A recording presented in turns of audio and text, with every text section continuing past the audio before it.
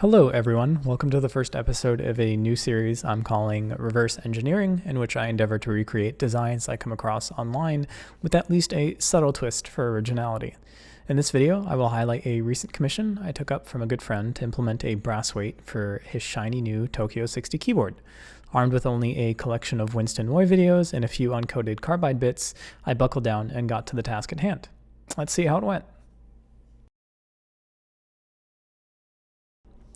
As I alluded to within the intro, the idea for this project came from a friend when he brought up an image he found on Reddit after receiving his Tokyo60. The corresponding post, originally submitted by user YerdNotMall, indicates that the piece was laser cut by a service LaserBoost. Unfortunately, I don't have a laser, let alone one capable of cutting through a 4mm sheet of brass, so machining was the only option. While not being the most demanding of projects, I was excited to take the inspiration slightly further in experimenting with custom engraving and infill. Fortunately, the original designer of the Tokyo60, tokyocoffeenerd, seems to have made the bottom plate files publicly available, and the client had agreed that matching the file specification would work, given that they were quite close to the measurements of his production unit. Since I didn't have the keyboard in hand, I couldn't really check for fit, but hey, you can't always work with your own boards. Opening the step file I mentioned earlier in Fusion 360, I start to plan my course of action. Overall, the piece seems pretty straightforward with a channel that I believe is for PCB clearance. My understanding is that the original diffuser has the entire middle cut out, so we'll go ahead and follow suit with extrude, even though it's not necessary. As we'll see later, this approach is beneficial because it saves on machining time and allows for the remnant brass to be used in another project. From there, let's modify the design a little to remove aspects of the bottom that are different from those of the diffuser layer. First, I update the appearance of the model to brass to be more representative of our final product. No, not that one. Better. Then, I remove the footprints for the relatively massive silicone bump-on feet. Wait, these things are 15mm in diameter? Whose desk is that slippery? Anyways, extruding all of these to the surface should yield a completely flat piece on both sides.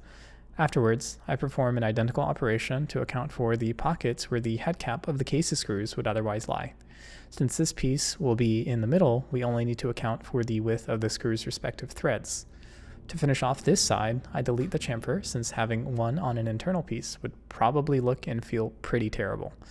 Note that I have to delete the corners either first or simultaneously to ensure Fusion has some reference when attempting to heal or resolve the dimensions of the edges.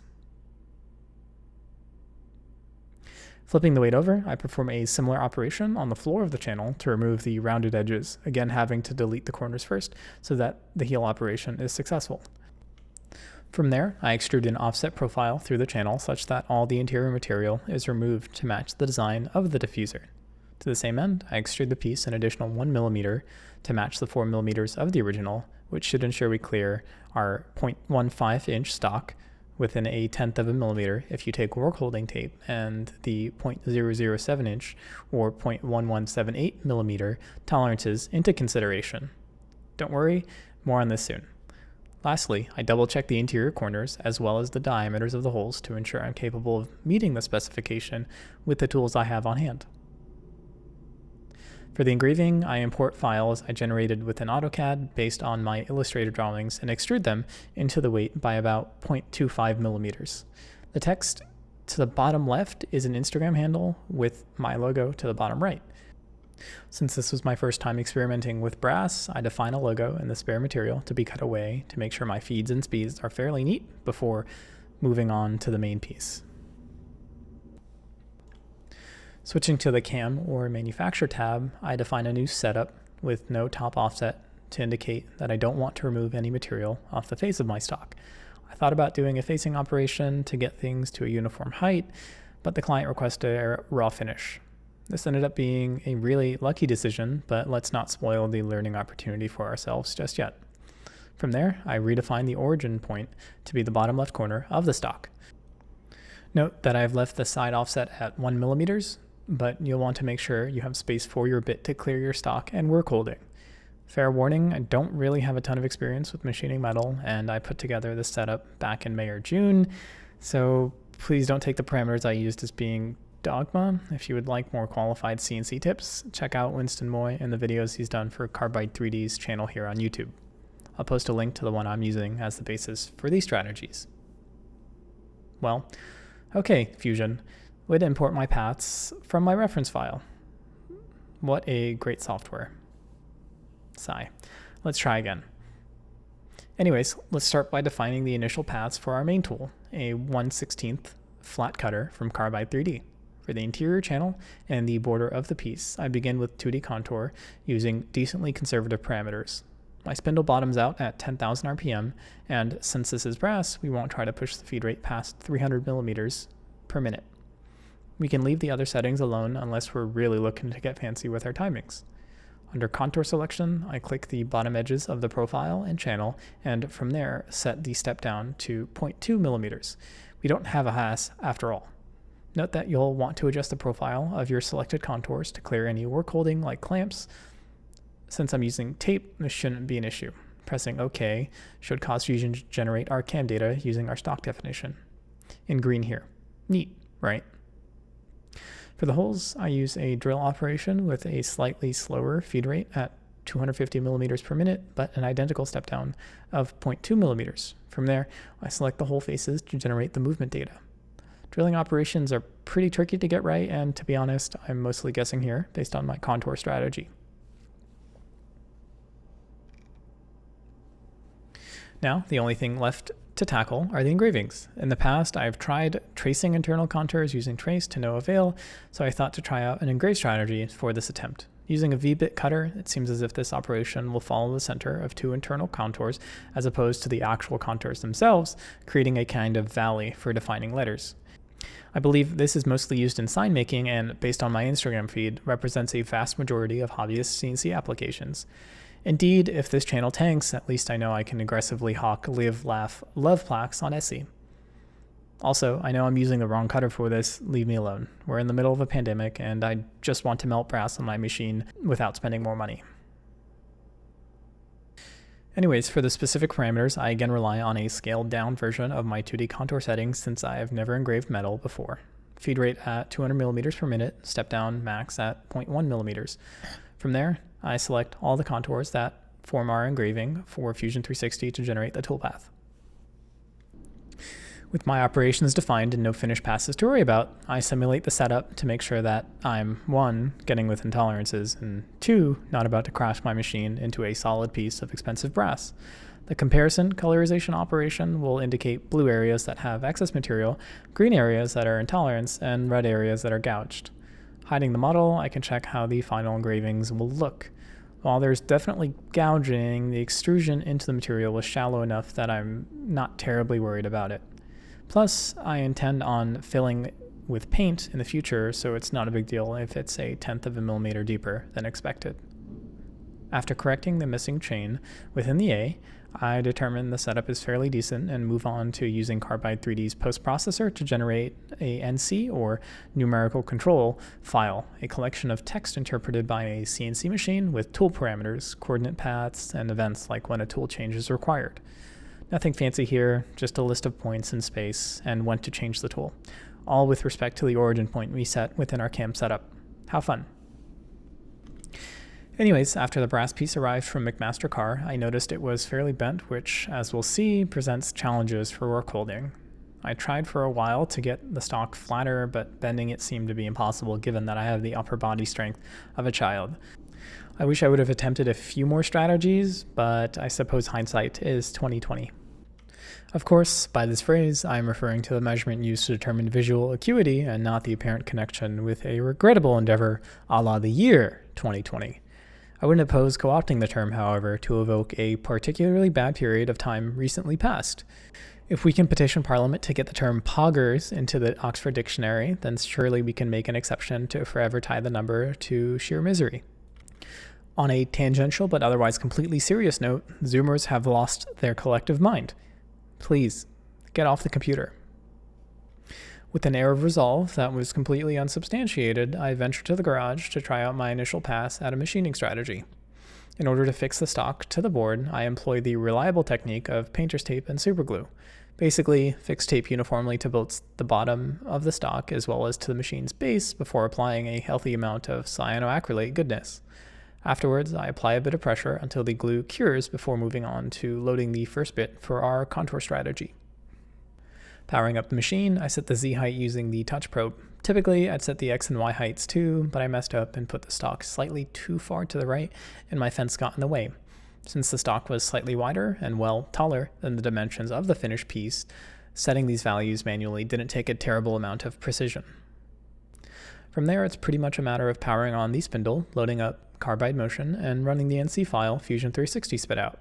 There are a couple of things I'm keeping an eye out for, but for the most part, the feeds and speeds configured for the contour and drilling operations seem to work quite well.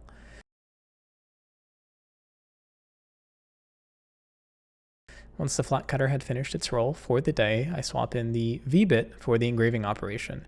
Here, I was slightly more active in monitoring the machine since I wasn't as confident in my strategy, a concern that ended up being a bit of a portent.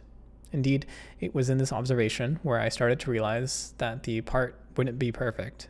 Because of the bend I mentioned earlier, the zero set for the z-axis was actually higher than the top of the material near the corners by about 0.2 of a millimeter or so. As a result, the paths closest to zero along the x-axis, namely that of the z and the bottom of my logo, were not engraved. If I were to redo the strategy, I would probably overshoot the depth to match the bow in the stock and choose a strategy that results in a flat surface along the machining path. Live and learn, I suppose. Also, quick tip, try not to put your body weight on a bed of fine metal scrap in your zeal to release your part. Removing brass flakes from your hands is by no means pleasant. With both hiccups out of the way, let's see how close we got our machining tolerances with respect to our model in Fusion360.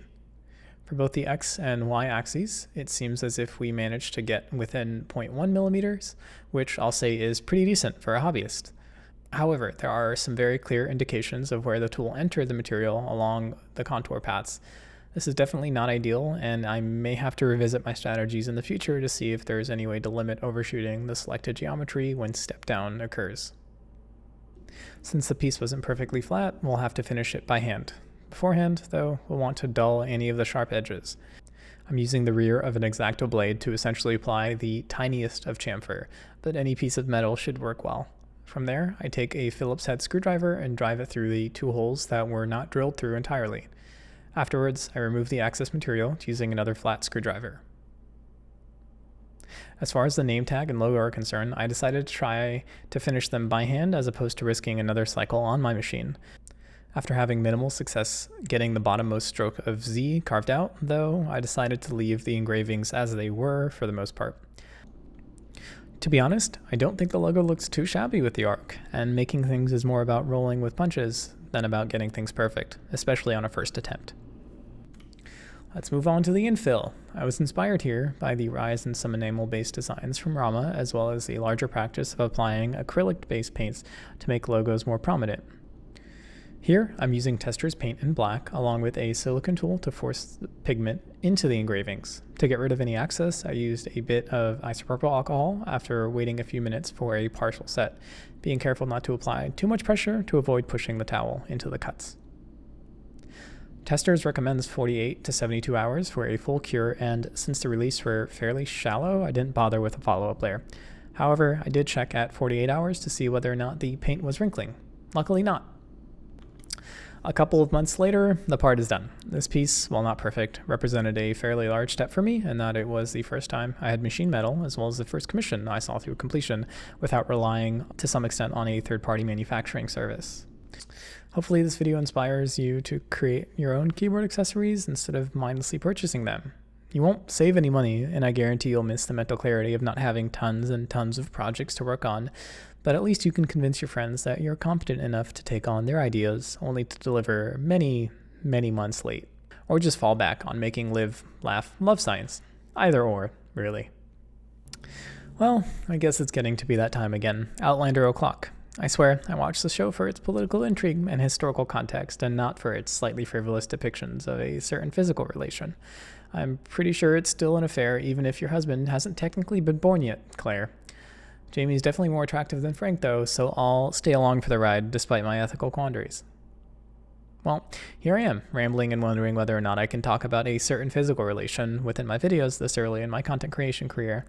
Regardless, I think family-friendly is just one terrible interpretation away from openly encouraging procreation, so I don't think this video will get demonetized. Your move, YouTube. Terms of service, your move. If you enjoyed this video, then please consider liking and commenting below, as well as subscribing to my channel to follow along in our ever-expanding odyssey into keyboards. Also, thanks a ton for watching and for the support you guys have shown lately. Definitely didn't think I'd hit 3 subscribers, let alone 3,000, and I'm looking forward to producing more content for you all in the near future. Per usual, have a great day, and see you all soon.